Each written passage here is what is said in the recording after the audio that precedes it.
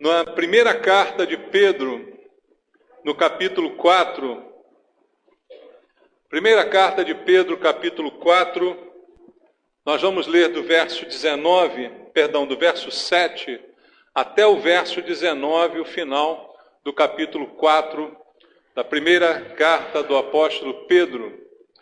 Primeira de Pedro, capítulo 4, do verso 7 até o verso 19. A palavra de Deus diz: Ora, o fim de todas as coisas está próximo. Sede, portanto, criteriosos e sóbrios, a bem das vossas orações. Acima de tudo, porém, tende amor intenso uns para com os outros, porque o amor cobre multidão de pecados. Sede mutuamente hospitaleiros sem murmuração. Servi uns aos outros, cada um conforme o dom que recebeu, como bons despenseiros da multiforme graça de Deus. Se alguém fala, fale de acordo com os oráculos de Deus. Se alguém serve, faça-o na força que Deus supre, para que em todas as coisas seja Deus glorificado por meio de Jesus Cristo, a quem pertence a glória e o domínio pelos séculos dos séculos. Amém. Amados, não estranheis o fogo ardente que surge no meio de vós, destinado a provar-vos, como se alguma coisa extraordinária vos estivesse acontecendo. Pelo contrário, alegrai-vos na medida em que sois coparticipantes dos sofrimentos de Cristo, para que também, na revelação da sua glória, vos alegreis exultando. Se pelo nome de Cristo sois injuriados, bem-aventurados sois, porque sobre vós repousa o Espírito da glória e de Deus.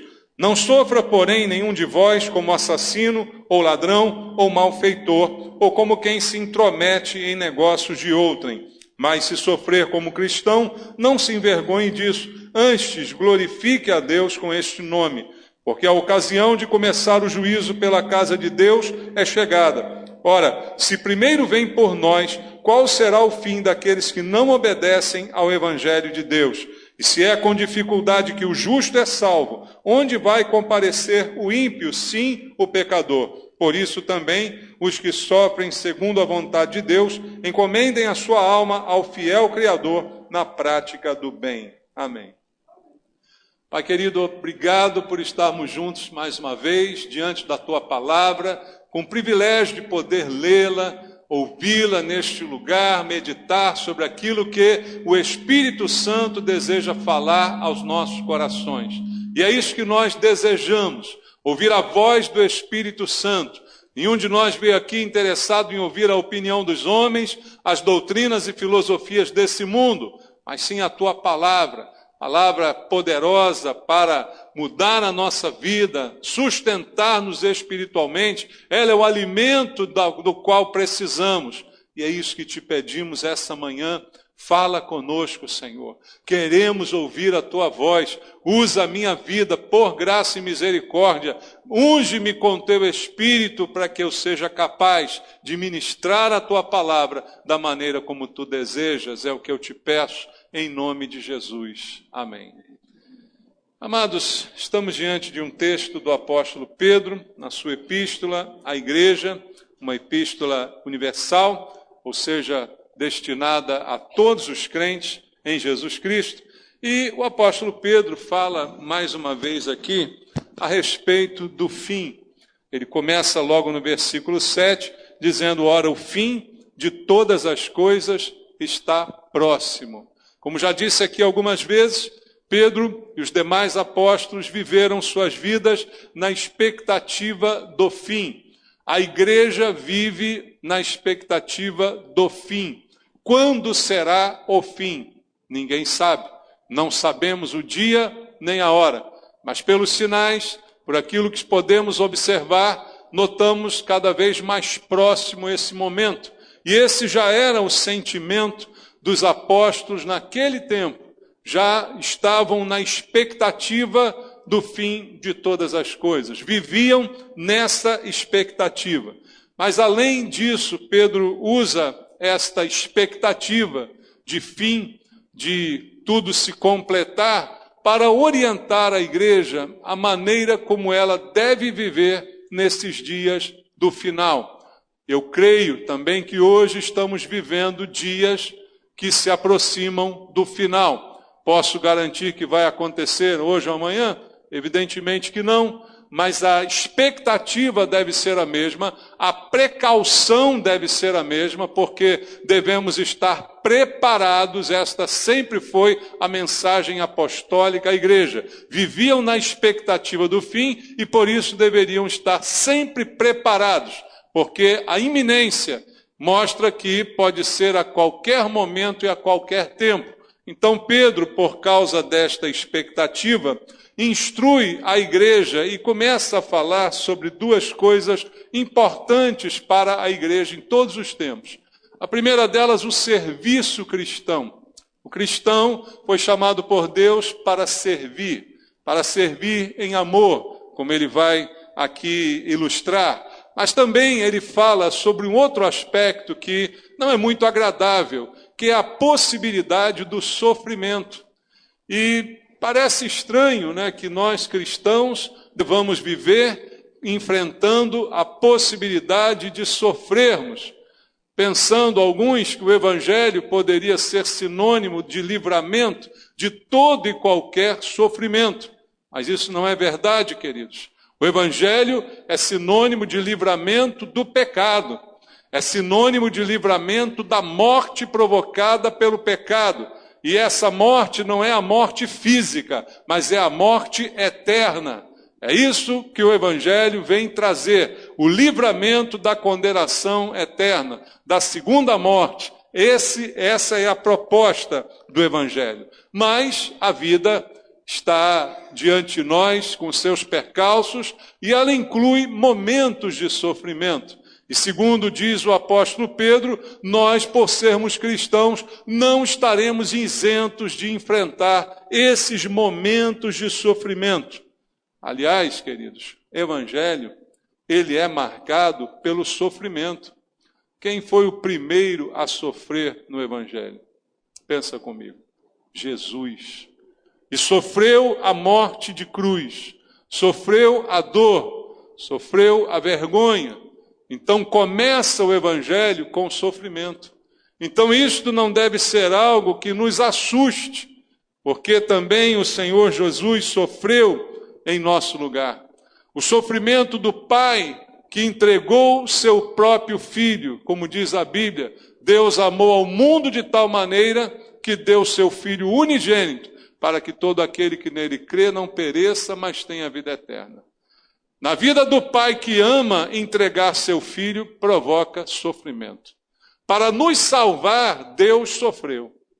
Para nos salvar, para pagar o preço do nosso pecado, houve sofrimento em Jesus e também no Pai que doou o seu próprio Filho. O Filho sofreu na carne o abandono, o esvaziamento, como diz a Bíblia, tudo isso passou em Jesus Cristo. E o Espírito Santo, a terceira pessoa da Trindade, sofre também e sofre até hoje. Sofre pelos nossos pecados, sofre pelas nossas falhas, pelos nossos erros. Por isso a Bíblia diz, não entristeçais o Espírito Santo, mas constantemente, cada um de nós, por mais que se venha a precaver, anda entristecendo o Espírito Santo. E quando isso acontece, no momento em que pecamos, no momento em que ignoramos os preceitos da palavra de Deus, no momento dos nossos deslizes, dos nossos escorregões, estamos de fato entristecendo o Espírito Santo. A Bíblia diz que é Ele que nos convence do pecado, da justiça e do juízo. E esse trabalho de convencimento é um trabalho sofrido pelo Espírito Santo.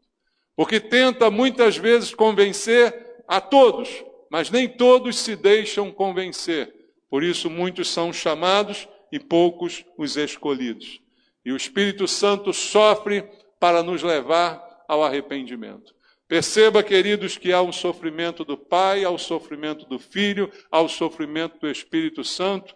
E aí eu pergunto, só eu que não quero sofrer nessa vida? Seria justo isso? Não, amados. A vida inclui sofrimento. Não quer dizer que eu vou desejá-lo. Ouvimos aqui quinta-feira, pastor Manuel pregando uma mensagem exatamente sobre isso. Não quer dizer que eu vou viver desejando as dores e os males, mas preciso saber pela própria palavra de Deus, preciso estar alertado para isto, de que há a possibilidade do sofrimento. E é disso que Pedro fala nesse trechinho que nós lemos aqui. Fala de serviço e fala de sofrimento. Serviço é um chamado para todos os cristãos. Nós fomos salvos e permanecemos vivos para agora servir ao Deus vivo. Ninguém foi salvo para entrar de férias eternas esperando a morte. Nós fomos salvos para servir ao Senhor. Jesus deixou uma missão para os seus discípulos: ide por todo o mundo e pregai o Evangelho. Quem são os discípulos? Aqueles 12 mais os 70, quem são eles? Os 120 que estavam reunidos em Atos, quem são? São todos nós, todos aqueles que querem aprender com Jesus. Porque para que a palavra de Deus vá por toda a terra, 120 pessoas não seriam suficientes. Mas através de nós hoje estamos ainda servindo a Deus, levando a mensagem do Evangelho. Então nós cristãos precisamos entender o Evangelho com outros olhos. E muitas vezes isso não acontece e a culpa é da própria igreja, a culpa é da pregação. A culpa é daqueles que apresentam um evangelho distorcido para agradar as pessoas e que omite certos aspectos do evangelho e faz com que as pessoas tenham uma ideia errada a respeito da igreja, a respeito de estar em Cristo. Então, quando olhamos para o cristianismo verdadeiro, eu posso dizer que ele é, e ao mesmo tempo não é, uma religião. É uma religião no sentido mais puro da palavra, que é religar o homem a Deus. E a única maneira do homem ser religado a Deus é por Jesus Cristo. A Bíblia diz lá em Romanos 5 que é por intermédio dele que nós fomos justificados por Deus e por isso temos paz com Deus. Como a justiça de Deus foi cumprida em Jesus, então agora eu tenho paz com Deus. A paz que era tirada pelo meu pecado, pelos meus erros, ela foi restaurada pelo que Jesus fez por mim. Ele me reconciliou com Deus. Então agora desfrutamos desta paz. Isto é religião. Me liguei novamente a Deus.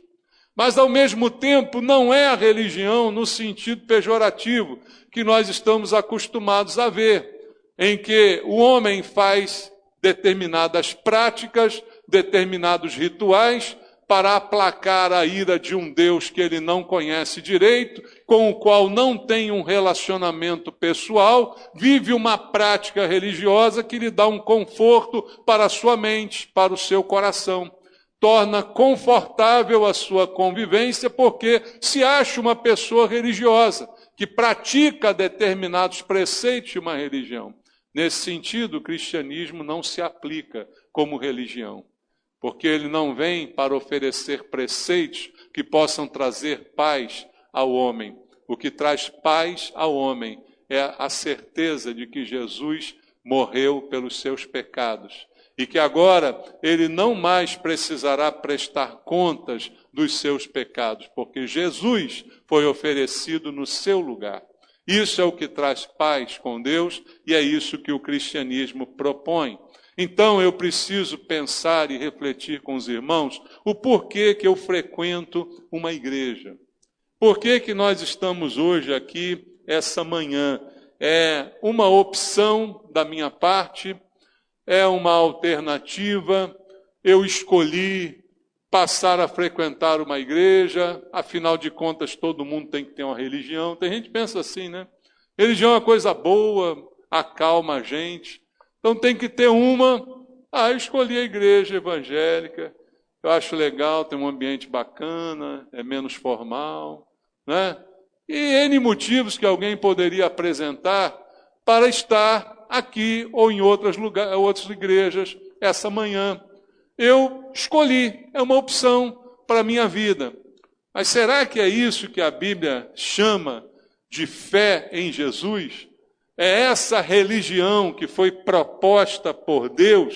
é uma opção entre tantas que o mundo me apresenta, poderia estar nesse sentido em qualquer religião, já que o que eu busco é apenas uma harmonização, uma aceitação social, uma prática de vida, um entretenimento, uma ocupação para o meu tempo. Então, várias religiões poderiam me oferecer a mesma coisa. Mas o que a Bíblia diz é que quem encontrou com Jesus assume invariavelmente um compromisso com Ele, assume um compromisso com Cristo e com a obra que Cristo deseja fazer. Então a nossa presença na igreja, ela deixa de ser uma opção, ela passa a se tornar parte da nossa vida, porque é o lugar de comunhão com os irmãos, é o lugar de exercício de fé, é o lugar de aprendizado, de crescimento, é um lugar onde nós somos preparados para cumprir a missão que o Senhor Jesus deixou a cada um de nós. Então, verdadeiramente é discípulo, como disse Jesus, aquele que guarda a minha palavra. Se você guardar a minha palavra verdadeiramente, você é meu discípulo. E é com os discípulos que Jesus está tratando, queridos. E a igreja verdadeira é composta por discípulos de Jesus e não por frequentadores. Partindo desse princípio, vamos entender o que o apóstolo Pedro está nos falando na iminência dos últimos dias que nós estamos vivendo. Ele começa nos falando do serviço da seguinte maneira, verso 7, vamos ler novamente. Ora, o fim de todas as coisas está próximo, ponto e vírgula. Então, isso tem que gerar em mim alguma mudança. E aí ele diz, sede, portanto, ou seja, seja, portanto, por causa desta evidência de que os últimos dias estão aí, seja criterioso e sóbrio para o bem das vossas orações. Olha como Pedro começa a falar aqui. Eu preciso, por causa dos últimos dias e mais do que nunca, eu preciso de sobriedade, eu preciso de critério para a minha vida. Falei aqui domingo passado sobre sobriedade, sóbrios e vigilantes, porque o diabo, vosso adversário, anda em derredor, lembra disso? Esta sobriedade deve fazer parte da vida de todo cristão. Ainda mais quando lembramos que o fim de todas as coisas está próximo. Então não há mais tempo para andar embriagado, não há mais tempo para andar como que embriagado. Talvez você diga, eu não bebo, pastor, mas anda como um embriagado. A pessoa que não bebe uma gota de álcool, mas a sua vida é como a de um embriagado, porque não tem sobriedade nenhuma no seu procedimento. Não é uma pessoa sóbria. Falei aqui das definições de sobriedade semana passada. Não é alguém equilibrado, simples. Então vive uma vida sem o menor equilíbrio. E Pedro está dizendo, olha, o fim está aproximando e vocês precisam ser sóbrios. Vocês precisam ser criteriosos. O critério é importante demais. Porque os critérios nos ajudam a julgar e a decidir o que é bom e o que é ruim. São por critérios que nós exercemos todos os nossos julgamentos em qualquer esfera que você possa imaginar. Até na escola de samba tem critérios. Você sabia disso? O julgador vai julgar lá alegorias e adereços. Quais são os critérios? Ele tem que ver, olha, a diversidade nas alegorias, o material que é feito, são os critérios. Tudo que nós julgamos depende de critérios. E Pedro está dizendo, sejam criteriosos e sejam sóbrios, equilibrados. Tenham critérios para que vocês possam discernir, julgar as coisas. Ter discernimento nos últimos dias é absolutamente importante, irmãos, para que a gente não seja enganado. Sobriedade, equilíbrio, para que a gente não confunda as coisas, critérios bem definidos é o que nós precisamos. O fim está próximo. Ele diz tudo isso para o bem das suas orações. Porque está dizendo para nós que as nossas orações, a nossa comunicação com Deus, essa via de duas mãos que temos com o Senhor, pode ser interrompida, prejudicada, se houver na nossa vida uma falta de critério, uma falta de sobriedade, se não julgarmos corretamente todas as coisas. E a Bíblia diz que nós devemos julgar, irmãos. Vamos parar com esse negócio. Alguém diz assim, não, cristão não deve julgar, porque Jesus disse, você vai ser julgado da mesma maneira que você julgar. Ele está falando exatamente sobre isso. Eu não devo julgar levianamente, de forma irresponsável, porque o mesmo critério que eu usar para avaliar os outros, eu também serei avaliado exatamente sob esses mesmos critérios. Mas a Bíblia diz que nós devemos julgar todas as coisas e reter o que é bom. Como é que eu vou fazer isso sem critério e sem equilíbrio, e sem sabedoria e sem sobriedade? Então, para o bem da minha comunicação com Deus nas minhas orações, eu preciso exercitar esses critérios e essa sobriedade. É tempo de sobriedade, irmãos. Se os últimos dias estão chegando, é tempo da gente não andar por aí embriagado. É tempo da gente ter equilíbrio na vida. Já passou o tempo de viver uma vida louca. Agora é ordem, agora é decência, agora é equilíbrio, agora é critérios bem definidos, para que eu não seja enganado, para que eu não julgue de forma errada, para que eu acabe julgando coisas de maneira errada e venha até a praticar aquilo que não deva fazer, para o bem das suas orações. No versículo 8, Pedro continua dizendo, acima de tudo, porém, tende amor intenso uns para com os outros, porque o amor cobre multidão de pecados. Sede mutuamente hospitaleiros, sem murmuração. Segundo aspecto que Pedro nos coloca aqui sobre vida cristã, serviço a Deus. Além de, na minha vida pessoal, ter sobriedade e critério, nós precisamos exercitar entre nós este amor, que Pedro diz deve ser intenso, uns para com os outros. E uma boa razão para isso é que ele cobre multidão de pecados. O amor é o remédio de Deus contra o pecado. Lembra do que eu citei ainda há pouco, João 3,16? Deus amou ao mundo de tal maneira que deu seu Filho. Para que deu o seu Filho? Para que o pecador, eu e você, fôssemos salvos. O próprio amor de Deus faz com que os meus pecados sejam encobertos. O amor cobre multidão de pecados. E Pedro diz para nós, igreja, não frequentadores, igreja, membros uns dos outros, que nós precisamos nos amar de uma maneira intensa, porque dessa forma nós cobriremos os pecados uns dos outros. Ao invés de ficar apontando, exaltando, exibindo, envergonhando, nós cobriremos, porque nós amaremos aos nossos irmãos. Palavras do Senhor. Já que estamos vivendo os últimos dias, esse remédio de Deus que cura o pecado, que recupera pecadores, é o amor, irmãos. O remédio que recupera pecadores é o amor, e foi esse remédio que nos foi aplicado quando nós fomos salvos por Jesus. Fomos alvo do amor de Deus, que cobriu a multidão dos nossos pecados e nos aproximou para Deus. Está também proposto pelo apóstolo Pedro no verso número 10. Servi uns aos outros, cada um conforme o dom que recebeu, como bons despenseiros da multiforme graça de Deus. Ele fala que nós temos que servir.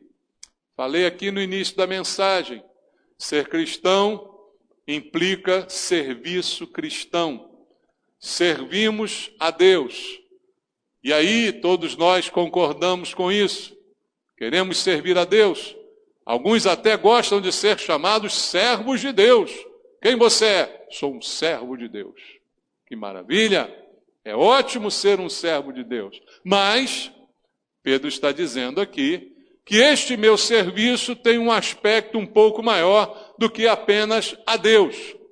E aí ele me traz um aspecto novo, que eu devo servir também ao meu irmão, conforme o dom, o presente que eu recebi, porque eu sou um despenseiro da multiforme graça de Deus. A graça de Deus alcançou a todos nós. Todos nós aqui fomos salvos pela graça, amém? Nenhum de nós foi salvo por merecimento? Nenhum de nós foi salvo porque pagou uma vaguinha no céu? Não. Então foi graça, ninguém merecia. Mas a graça de Deus tem muitas formas. E Deus distribuiu dons a cada um de nós de formas também graciosas, porque ninguém merece o dom que tem. Mas o dom que você tem foi lhe dado por um motivo, por uma razão. Não é para que você engorde com ele, não é para que você se envaideça dele, mas é para que você sirva aos irmãos com o dom que você recebeu. Então Pedro está dizendo, sirvam uns aos outros com o dom que receberam de acordo com a multiforme graça de Deus. O presente que Deus te deu na forma de um dom deve ser agora usado na forma de serviço para os irmãos. Isso é algo que precisa chamar a nossa atenção, porque há pessoas que servem na igreja e têm uma mentalidade errada. Algumas dizem que servem à igreja. Outras pensam que servem ao pastor. E outras pensam que servem a Deus.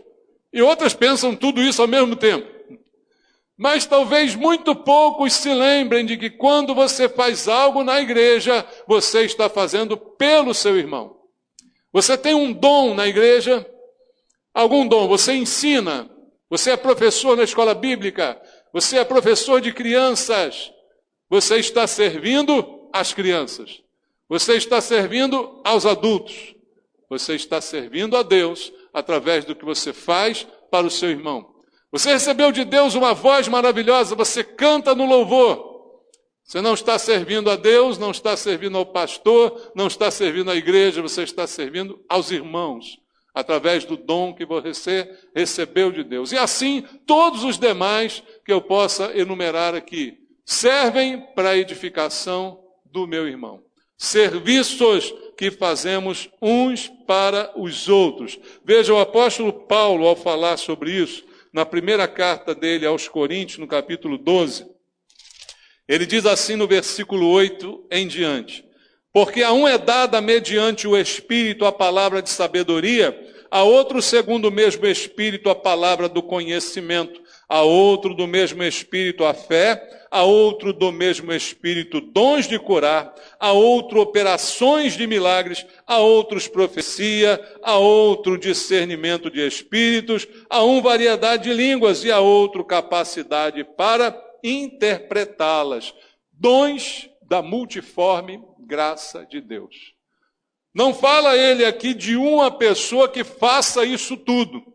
Talvez as pessoas tenham a ilusão de que o pastor tem que ter todos os dons. O pastor, ele tem que assoviar e chupar manga na cana, né? Ao mesmo tempo. Ele tem que ter todos esses dons. Ele tem que curar, tem que impor mãos, tem que pregar, tem que ensinar, tem que fazer tudo isso. Então, Deus só deu isso ao pastor e você não tem dom nenhum. A você Deus não deu nada. Mas o que a Bíblia diz não é isso. E se Deus me deu alguma coisa, eu preciso usar isso no serviço do Senhor. Voltando ao texto de Pedro, no verso 11, ele diz, se alguém fala, fale de acordo com os oráculos de Deus, com a palavra de Deus. Se alguém serve, façam na força que Deus supre, para que em todas as coisas seja Deus glorificado por meio de Jesus Cristo, a quem pertence a glória e o domínio pelos séculos dos séculos. Amém. Se alguém fala, fale em concordância com a palavra de Deus. Não fale da sua mente, não fale do seu coração, do seu achismo, da sua filosofia, da sua ideologia, mas fale de acordo com a palavra de Deus. E se alguém serve, ele diz aqui, da mesma forma, faça na força que é suprida por Deus, para que em todas as coisas ele seja glorificado. Não servimos a Deus com os nossos dons, porque os nossos dons, na verdade, são de Deus. Foi Ele que nos deu. Não servimos a Deus na nossa força, mas na força que Deus supre. Todo mundo que pensa que o dom é seu e que pensa que a força é sua, vai, de alguma forma, em algum momento, deixar de servir. Em algum momento vai se cansar da brincadeira, porque estava achando que o dom era seu e estava pensando que a força era sua. Enganado estava, e é questão de tempo que isto venha à tona e este serviço simplesmente desapareça. A força quem supre é Deus. É Ele que vai fortalecer cada um dos irmãos a exercer o dom que recebeu do Senhor. É Ele que vai animar você. Se você depender da animação do pastor, ainda mais do pastor Maurício, você está roubado, né? Aplauso. Ô, meu irmão, que bom que você veio. Ah, que bacana que você está fazendo pela igreja. Aí você se anima todo. Depender disso, você está perdido, irmão. Talvez o pastor Paulo faça isso, pastor Manuel. Mas está difícil. Porque é do Senhor que você precisa receber essa força. É Ele que vai manter você no serviço. Não é o tapinha nas costas, o elogio, o reconhecimento. Pedro coloca isso aqui de uma maneira muito simples. Mas a gente precisa também, na nossa simplicidade, compreender.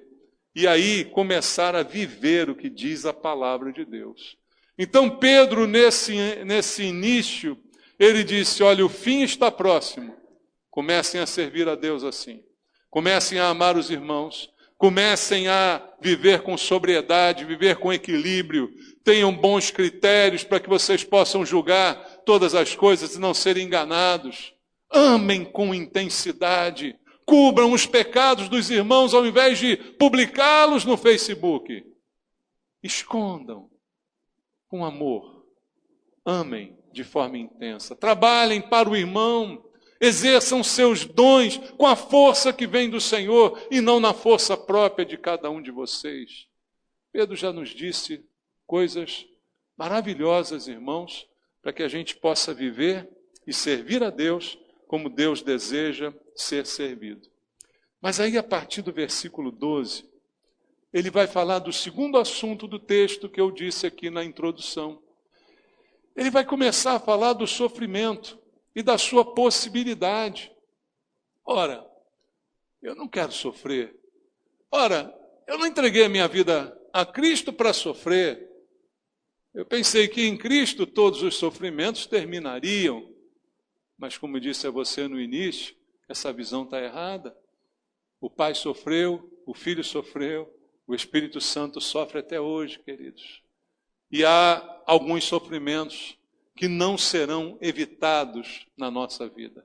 Mesmo que a gente faça tudo direito, mesmo que a gente cumpra o dever de casa, sofrimentos fazem parte da vida. E o apóstolo Pedro diz no texto, ainda lembrando que tudo isso foi motivado pelo verso 7, em que ele diz, o fim está próximo. O fim está chegando. Versículo 12, amados, não estranheis o fogo ardente que surge no meio de vós, destinado a provar-vos, como se alguma coisa extraordinária vos estivesse acontecendo. Veja, ele começa a dizer que o sofrimento vai surgir necessariamente no meio da igreja. Há um fogo ardente que pode acontecer a qualquer momento. Mas uma coisa que ele coloca, e foi dito aqui pelo pastor Manuel na quinta-feira, é que isto tem o objetivo de provar, e não de tentar, porque Deus a ninguém tenta, mas há uma prova. Versículo 2, ele diz, não estranhe o fogo ardente, porque ele está destinado a provar-vos, como se alguma coisa extraordinária vos estivesse acontecendo. Então, os sofrimentos são muitas vezes terapêuticos e oferecem a nós uma boa prova. E como já disse aqui várias vezes, quando Deus prova alguém, Ele não quer saber o resultado, porque Ele já sabe o resultado. Você lembra da doutrina da onisciência de Deus? O que ela diz? Que Deus sabe todas as coisas. Quando você faz uma prova no colégio, a prova é uma prova para você e para o professor.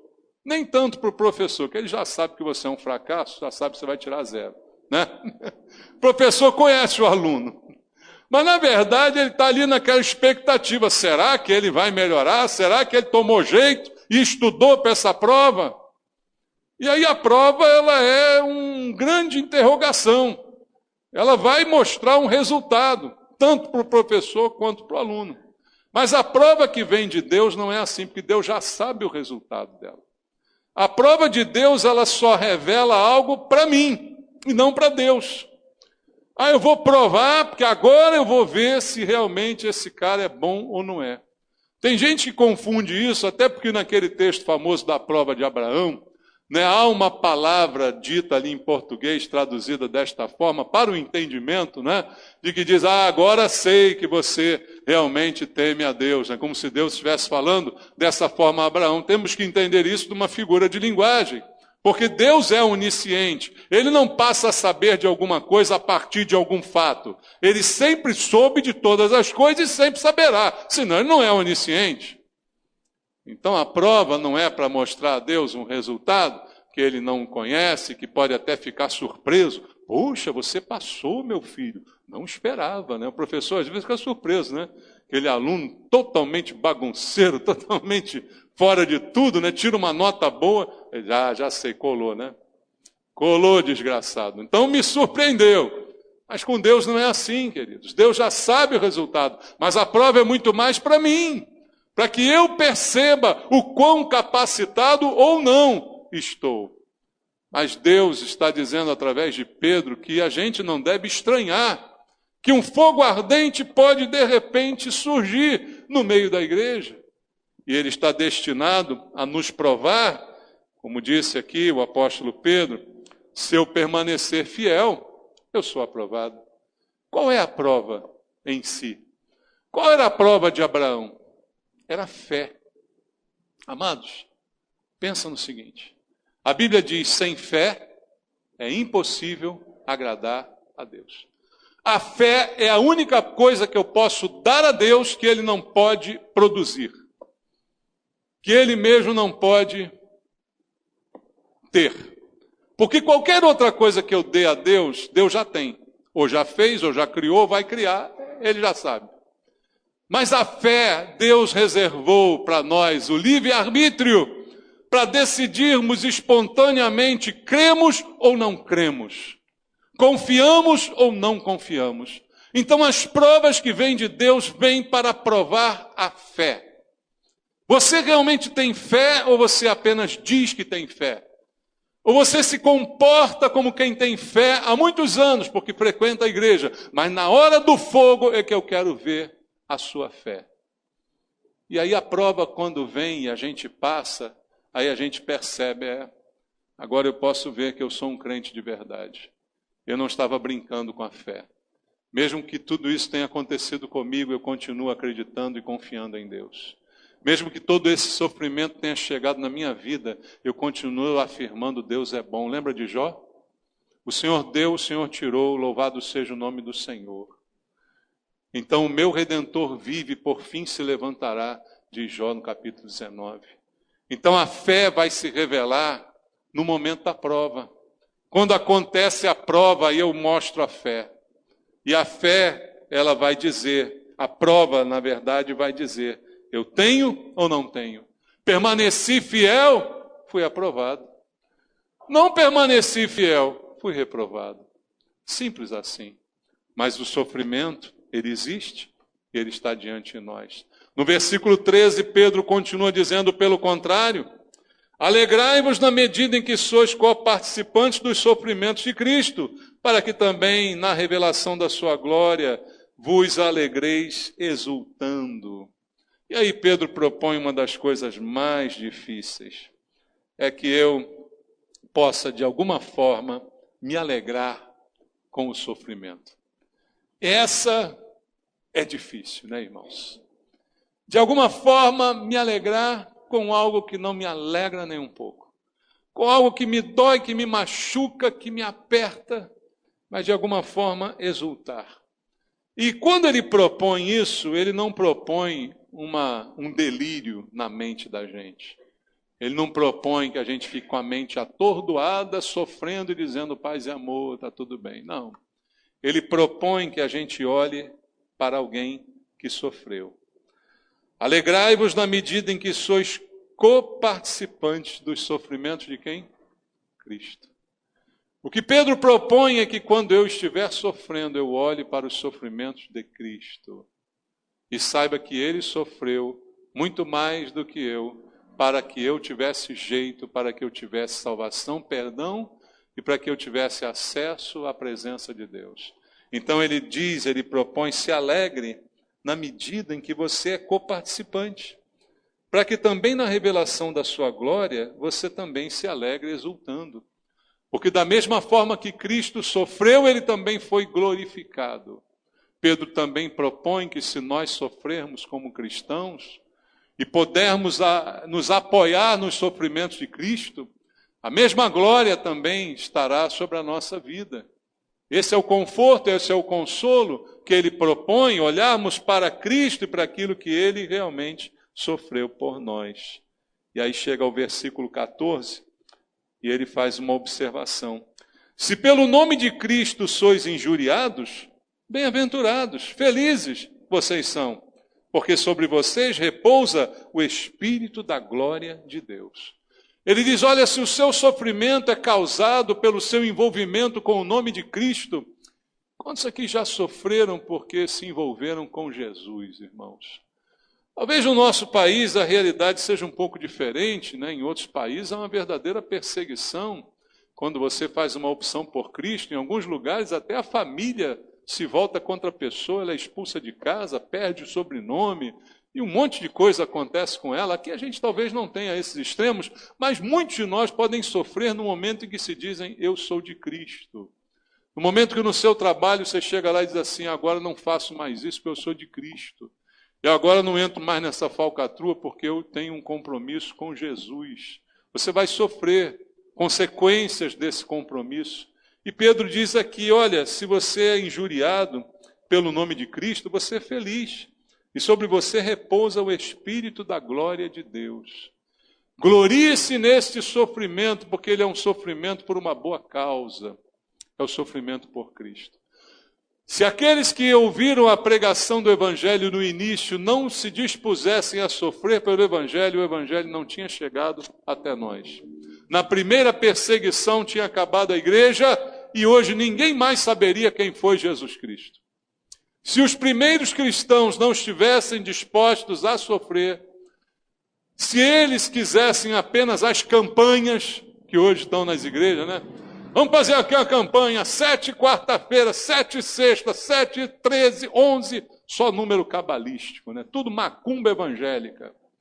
Tudo superstição macumba cristã. Venha porque você vai receber sua bênção no final. Eu fico imaginando os apóstolos que tiveram suas cabeças cortadas, decapitadas. Se a gente acreditasse disso, diria assim, estão dando volta no túmulo. Hoje em dia, né?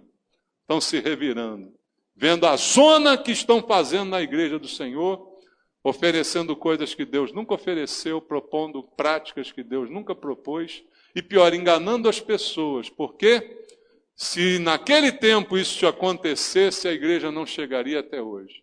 Mas a igreja chegou até hoje porque aqueles homens todos morreram. Porque não negaram a sua fé, porque morreram pregando, morreram afirmando, e essa convicção levou outras pessoas a crerem, porque pensaram assim, ora, se bastava negar para permanecer vivo, e o cara não nega e morre, é porque isso deve ser realmente verdade. Então eu vou crer nessa verdade. E aí começa a crer e começa também a ter disposição para morrer da mesma forma. Hoje a gente não vive nada disso. E aí hoje, o que a gente pensa em sofrimento? Ah, estou sofrendo, meu carro enguiçou, minha piscina está vazando. Ai, que sofrimento, comprei um celular novo, ele caiu, quebrou todinho. Meu irmão, teus problemas são o sonho de muita gente. Teus problemas são o sonho de muitas pessoas. Nós hoje não temos problemas, Nós hoje não temos verdadeiros sofrimentos. Mas se tivermos, a Bíblia diz, sobre vocês repousa o Espírito da glória de Deus. Sobre você há o Espírito de glória. Nós não temos mais a visão de glória. Nós não temos mais a visão de honra. Tem alguns filmes aí de guerra, né, que falam de glória e honra. Homens de honra. Não tem mais isso. Agora é tudo mamão com açúcar, né? Não se preocupa mais com glória, não se preocupa mais com honra. Não precisa de honra, eu quero é escapar. Eu quero é me livrar. Mas a Bíblia está dizendo que isso faz parte. Faz parte da vida do cristão, faz parte da nossa fé. A nossa fé se propagou exatamente por causa disso. E é assim que Pedro vai falando sobre essas coisas. E no verso 15, ele faz uma observação não menos importante. Não sofra, porém, nenhum de vós como assassino, ou ladrão, ou malfeitor, ou como quem se intromete em negócios de outrem. E aí ele diz no verso 16, mas se sofrer como cristão, não se envergonhe disso, antes glorifique a Deus com esse nome. Então há um sofrimento aqui que Pedro diz, olha, esse eu não quero e esse não deve fazer parte da minha vida. Qual é o sofrimento? Não sofra como assassino. Isso é fácil. Eu não tenho tido vontade de matar muitas pessoas ultimamente. Não sofra como ladrão? Não, eu não roubo. Agora o malfeitor. O malfeitor é o problema, irmão. Malfeitor é quem faz mal. Mal feito, né? Malfeitor é aquele que faz mal. Nós costumamos chamar o malfeitor de bandido, e aí mistura com ladrão, com assassino, com tudo, mas aqui há uma distinção. Ladrão é uma coisa, assassino é outra, malfeitor é outra. E na categoria de malfeitor, muitas vezes nós nos enquadramos. Porque a gente faz mal o que a gente deveria fazer. Em Jeremias 48:10 está escrito um versículo que diz assim, maldito aquele que fizer a obra do Senhor relaxadamente. Ele faz, maldito o que fizer, não é o que não fizer. Maldito aquele que não quer fazer nada para Deus, não, a Bíblia não diz isso. A Bíblia diz que é maldito aquele que faz, mas faz de qualquer jeito, faz relaxadamente. E o malfeitor é aquele que faz. É um feitor, mas é mal, porque ele faz mal feito. E muitas vezes nós sofremos na nossa vida porque a gente faz as coisas mal feitas. Às vezes o casamento não dá certo porque você é um marido mal feito. Você é uma esposa que faz mal a tua vez de esposa. Às vezes tem conflito, você tem problema no trabalho, porque você é um malfeitor no trabalho, você é um mau funcionário. Então tu não para emprego nenhum, te manda embora toda hora. Por quê? O mundo conspira contra mim. Não, você é uma porcaria. A gente não quer admitir isso. Mas o malfeitor está aqui inserido nesse contexto. E Pedro diz, não sofra como um malfeitor. Esse você pode evitar. Você pode evitar de ser assassino, você pode evitar de ser ladrão, e você pode evitar ser um malfeitor. Então, se você evitar, você não vai sofrer. Mas se você sofrer porque é isso, então você bem que merece o seu sofrimento. É mais ou menos o que Pedro está dizendo. Mas ele diz, não, você é cristão, você pode evitar isso, não seja um malfeitor. Qual é o contrário de malfeitor? Numa regra simples, benfeitor. Quem faz benfeitorias, faz melhorias, né? Ao invés de ser um malfeitor, decida ser um benfeitor. Eu quero fazer tudo que chegar para eu fazer bem feito. Se não é para fazer bem feito, eu não quero fazer. Você tem uma missão, faça bem feito. Você tem um trabalho humilde que seja, faça bem feito. Você limpa o escritório, limpe bem feito. Para ninguém ficar dizendo, está sujo ali, está sujo aqui, deixou aquilo ali. Faça bem feito. Vai fazer um serviço para alguém, faz bem feito, faz com cuidado. Porque senão você vai sofrer.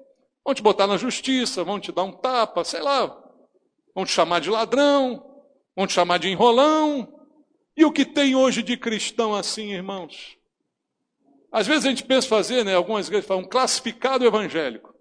Bota aqui, classificado, serviço e tal. Aí você contrata achando que o cara é cristão, vai se tratar bem. O cara é mais 7-1 do que estranho na rua, irmão. Quer te roubar, quer te enganar, faz tudo de pior qualidade, bota os piores materiais. Aleluia! Está na igreja domingo. Aí você é malfeitor. E aí você não faz direito. E se você não faz direito, você vai sofrer. Porque há uma lei invariável de Deus que aquilo que a gente semear, a gente vai colher. Fez errado, você vai colher, irmão. É malfeitor, tu vai colher o resultado. Então, se sofrer, Pedro diz, não sofra como malfeitor, porque isso você pode evitar. Se sofrer como cristão, é glória a Deus.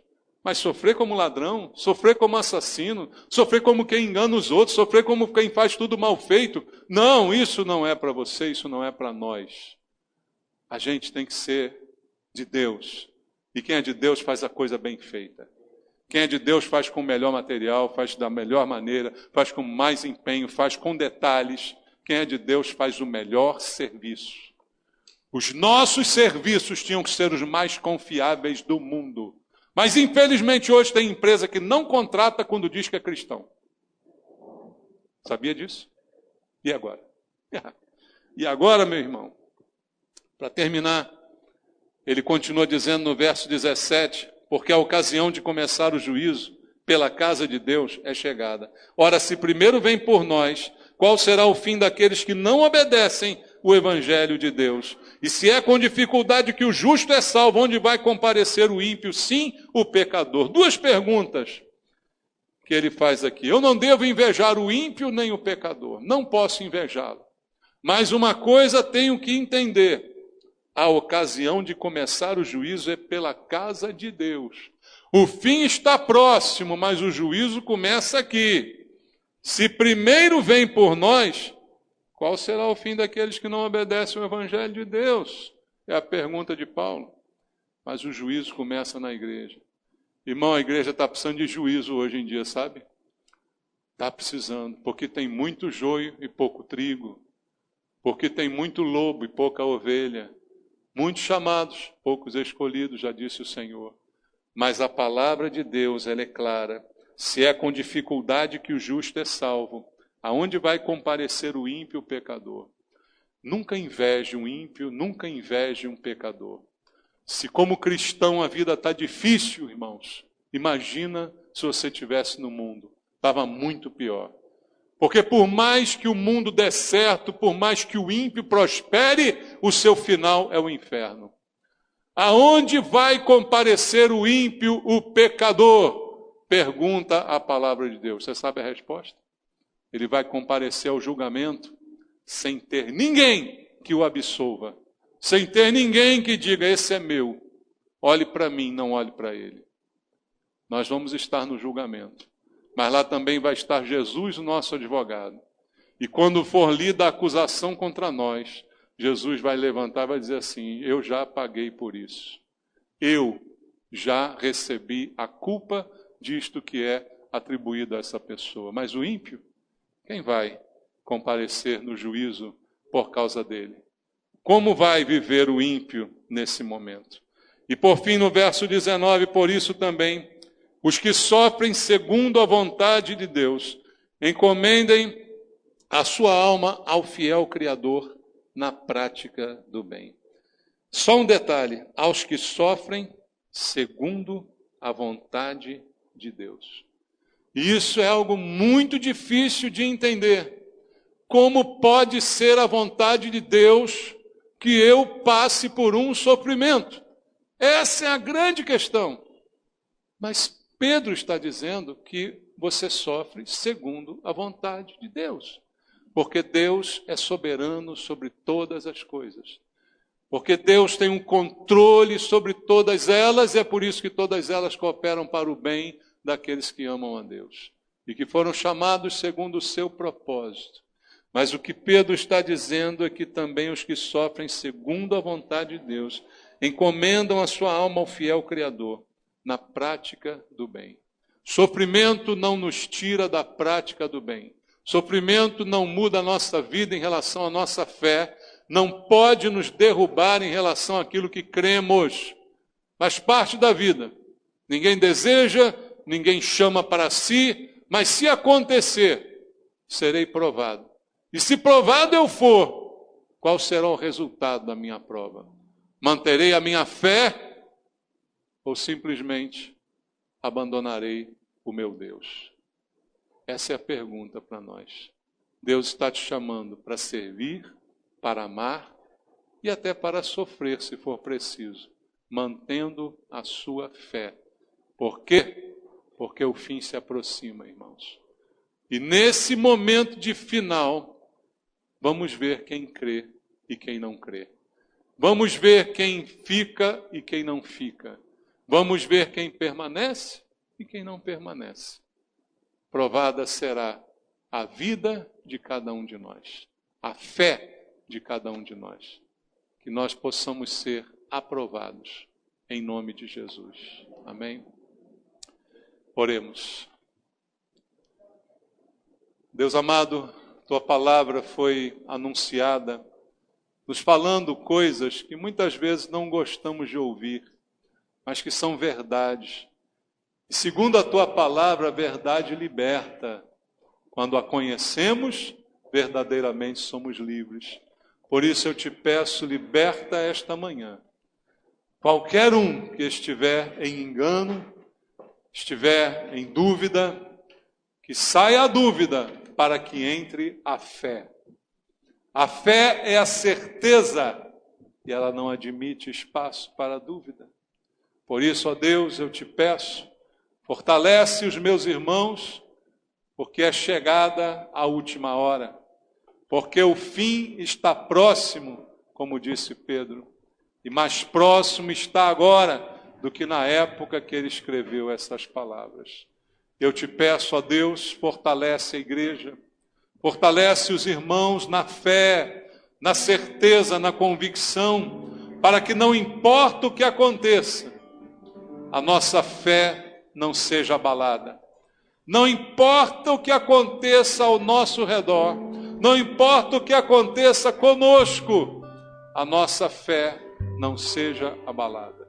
E que ao mesmo tempo possamos servir ao Senhor e aos irmãos com amor intenso. Abre os nossos corações, Senhor, para amar intensamente aos nossos irmãos, ao nosso próximo, como a nós mesmos, como é o teu mandamento. É o que eu te peço, ó Deus. Fala ao coração pelo Espírito Santo, traz verdade, traz libertação e fortalecimento. A fé vem pelo ouvir, e que a palavra traga fé aos meus irmãos. Em nome de Jesus. Amém.